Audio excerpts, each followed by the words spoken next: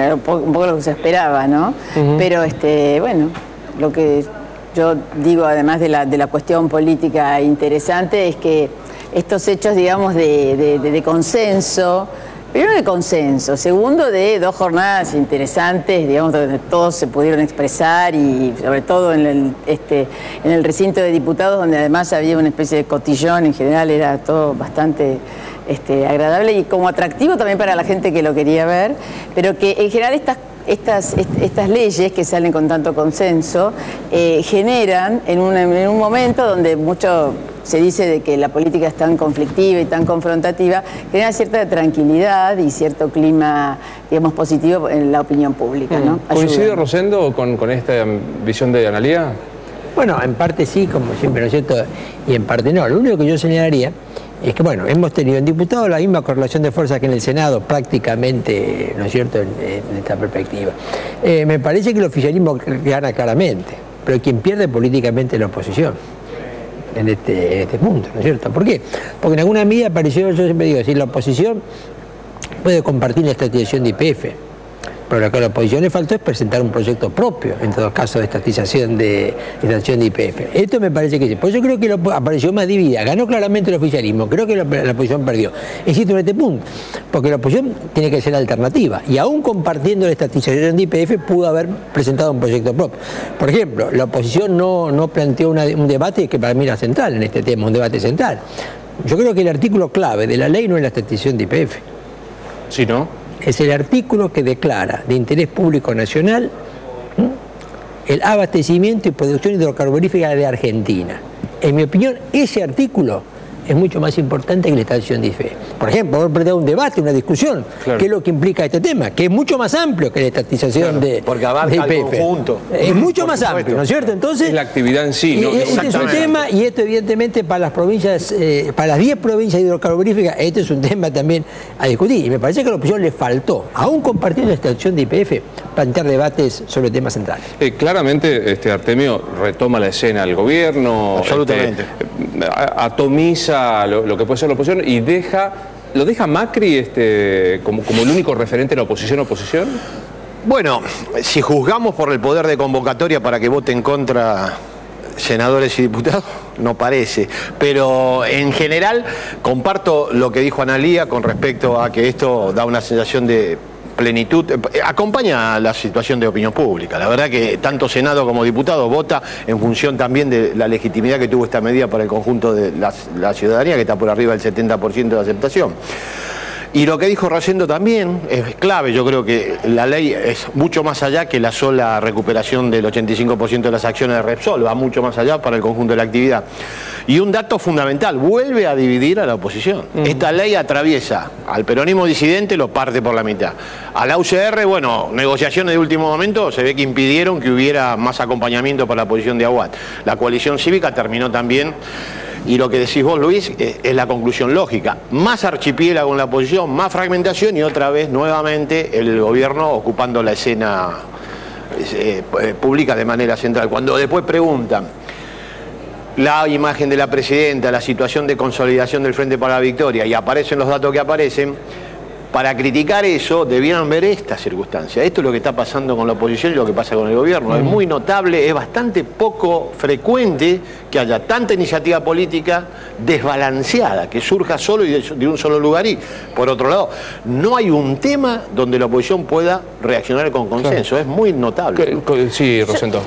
Perdón, no, yo creo que la política es dinámica, la política es cambiante. Creo que hay un tema donde la oposición se le abre un espacio ahora, que es el acuerdo para la asignación del nuevo procurador.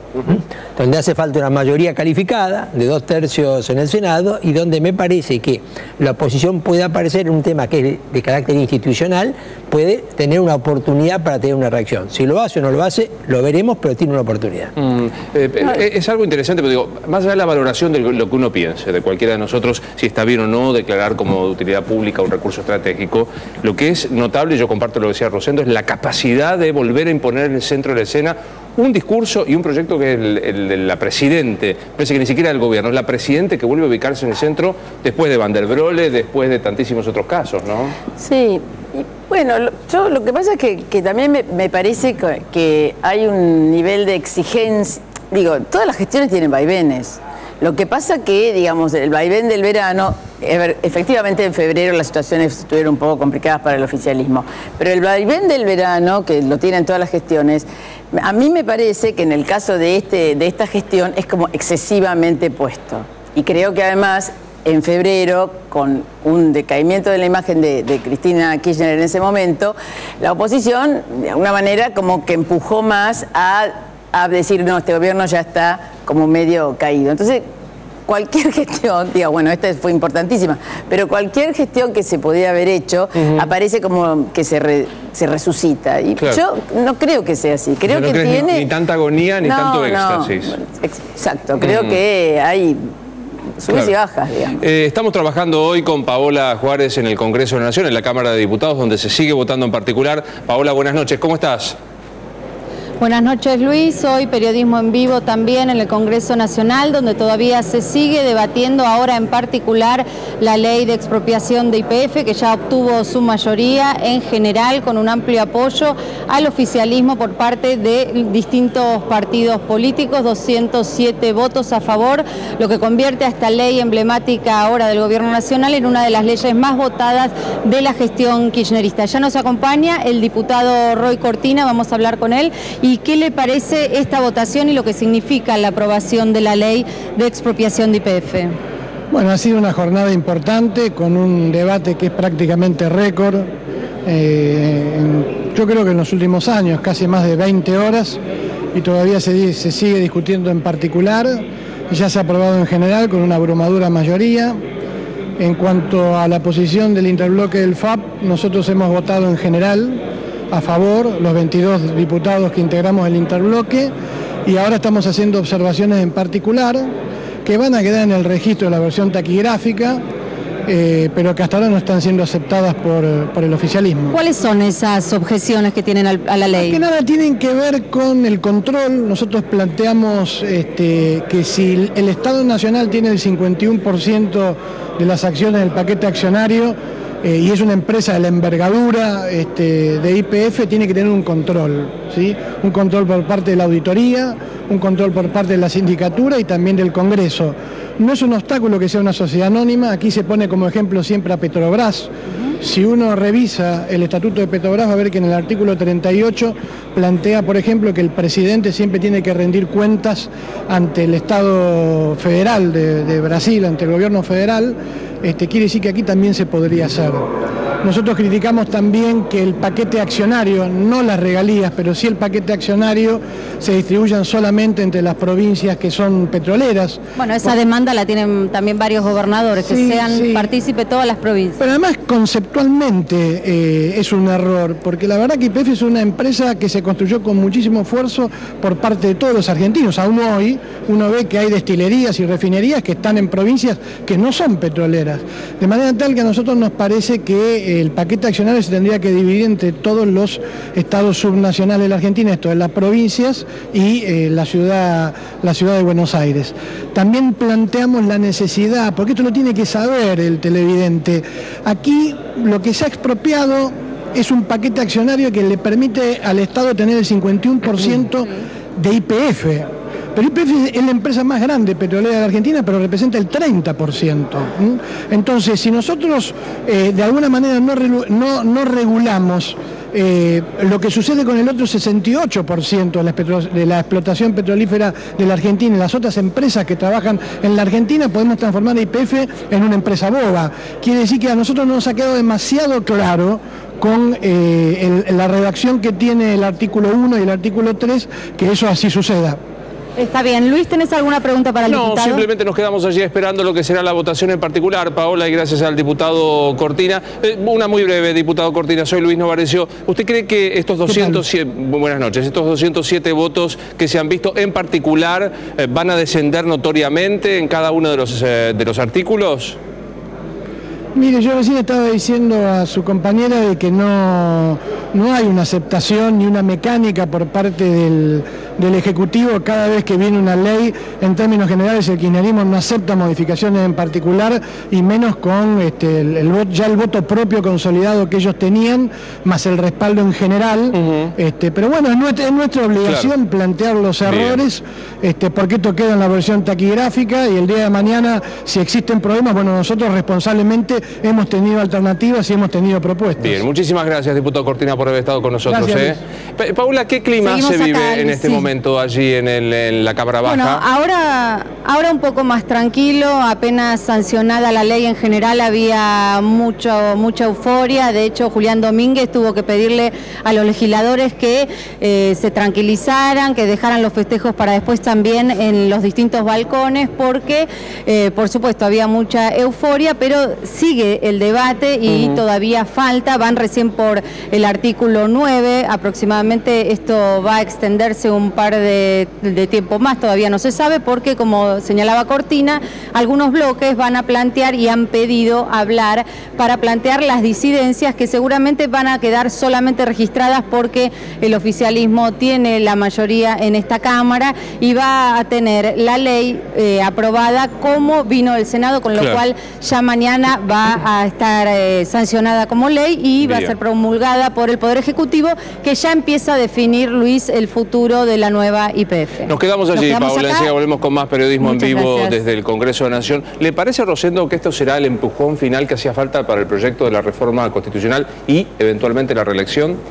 Yo tengo la impresión que el empujón final será la elección legislativa, será o no la elección legislativa del 2013. Creo que esto permite instalar el debate, la cuestión, la discusión. Tengo la impresión que va a ser la elección legislativa del 2013 el hecho político que va a viabilizar o no la reforma de la Constitución y la posibilidad de reelección. Una digresión, Artemio. ¿Cómo leíste lo de Eve de Bonafini diciendo no a la reelección de Cristina? Bueno, una opinión personal de Eve, obviamente la respeto, no la comparto, pero de todas maneras me parece que más allá de la polémica sobre la reelección, habilitar una eventual discusión sobre la continuidad o no del modelo constitucional refrendado en los 90, luego de las transformaciones que sufrió el país, tan profundas, es otro país, en términos de acumulación, el modelo productivo, es evidente que esa discusión se va a dar, y lo que decía Rosendo es importante. La elección de medio mandato que va a realizar el Frente para la Victoria va a renovar 29 puntos de votos, que son los que obtuvo en 2009. Claro. Viene de una elección de 54. Supongamos que por cuestiones técnicas, al no ser ejecutiva, se despolarice aún más, aunque vemos que la situación de la oposición, francamente, es muy débil. No podríamos afirmar que pudiera obtener, pero supongamos, va a renovar 29 puntos. Cualquier mejora por arriba de eso va a tener impacto parlamentario y va a ser aumenta las bancas. Importante, aumenta las bancas. Yo no digo que con esto el Frente para la Victoria quede en situación de mayoría especial por sí mismo, pero digo, cuidado con esa elección de medio mandato, porque me parece que puede darle el empujón final a una discusión que ya está instalada. En el escenario más pobre o menos optimista de una elección de medio mandato puede empujar con un número distinto, me parece. Y mirá, Luis, si tenemos como referencia las elecciones de medio mandatos anteriores, tenemos que pensar en la de 2005 con 45 puntos a nivel nacional, 43. Tenemos que pensar en elecciones que están por arriba del 40%. Eso está hablando de casi 11 puntos más de voto con respecto a la elección que renueva. Mucho impacto parlamentario. Circula una versión de adelantamiento de las elecciones, como para ganar este optimismo que hay. Sí, yo escuché recién, sí, efectivamente. En realidad yo creo que son como manejos, operaciones y manipulaciones, digamos, como para... Realmente no lo veo. No me parece que esté la situación como para estar pensando, digamos, no es una situación de deterioro, y menos en este momento. Entonces me parece que ese escenario yo no lo veo así. Miremos, Rosendo, el panorama de la Argentina post-YPF. Desde los agoreros nos caímos del mundo hasta los otros optimistas sin sentido, no pasa nada. ¿Usted cuál cree que va a ser el próximo futuro de esto? ¿De YPF? De nosotros con la estatización de YPF mirando de cara al exterior. Bueno, mire, yo creo que de cara al exterior, ¿no es cierto? Yo separaría dos cuestiones, ¿no es cierto? Es decir, está claro que esta estatización lo acerca a la Argentina. Los dos países que han estatizado empresas de energía en América del Sur han sido Bolivia y Venezuela. ¿no es cierto? Este es el punto. Pero, Rosendo, nacen de expropiaciones otras empresas. También. Pero los únicos que han hecho, ¿no es cierto? Que ha hecho Pemex es una expropiación. Bolivia, la base de muchas empresas petroleras a nivel regional está la expropiación. Yo diría que en general, ¿no es cierto? Es decir, como además la Argentina tenía una empresa petrolera estatal. Sí. Que era, ¿no es cierto? Que era Enarsa, no es que la Argentina no tenía una empresa petrolera. Sí, pero bueno. Ahora, este tipo, ¿cuál es el punto? ¿Esto qué quiere decir? Que ni Venezuela ni Bolivia sufrieron sanciones internacionales por expropiar empresa de energía, recordémoslo. Sí, claro. Y aún Venezuela, habiendo expropiado, es cierto, todavía al día de hoy Estados Unidos es el primer importador de petróleo venezolano. Claro. Entonces, yo creo que desde el punto de vista de la imagen hay una realidad. Esto acerca a la Argentina a un modelo más, no sé cómo lo cortamos, más populista. Pero también te digo, ni Venezuela ni Bolivia, ¿correcto?, sufrieron sanciones internacionales, ni Estados Unidos dejó de comprar petróleo a Venezuela por eso. Sí, no es un dato menor el que está mencionando Rosendo, ¿no? O sea, por las dudas... No, yo creo que de persistir, de no haber expropiado, yo creo que Argentina iba a tener problemas a nivel internacional si persistía en el rumbo de tener desbalance en la balanza, de tener semejante flujo de divisas al exterior, desequilibrando la economía doméstica. Yo creo que eso iba a tener impacto negativo, no solo a nivel internacional, que sería lo de menos, sino a nivel local. Yo creo que fue una medida de estricta racionalidad económica, que se replica en la región. Bueno, lo de Evo en Bolivia. Pero que son ciclos, el caso de Repsol, son economías, empresas que están atadas al ciclo de una economía en crisis como la española. En España la fuga de divisas extranjeras es una realidad, ocupa la tapa de los diarios. Esto era una aspiradora de divisas para la casa matriz, tanto Repsol, lo mismo sucede en Bolivia, es así, o sea, de persistir el esquema anterior íbamos a tener problemas domésticos e internacionales. Yo creo que fue una resolución adecuada, dentro de las posibilidades que había, ¿no? No es que no eran infinitas. ¿Compartís, Analía, lo que dice Artemio? Sí. De hecho, de alguna manera, en estos 15 días, digamos, pasada la semana pasada, pasada los 2 o 3 días de la situación, digamos, de intervención de la empresa, por parte de España, por lo menos, no pasó, digamos, como una situación como más calma, también de los dos lados, ¿no? Pero, insisto, otras veces fueron situaciones similares, que si hacemos tal cosa, digamos, no van a venir más capitales, que nadie nos va a comprar, que no vamos a poder vender, en fin. Capitales no han venido, hoy veía el informe de CEPAL, de los 158.000 millones de dólares que se invirtieron en América Latina. Quinta posición.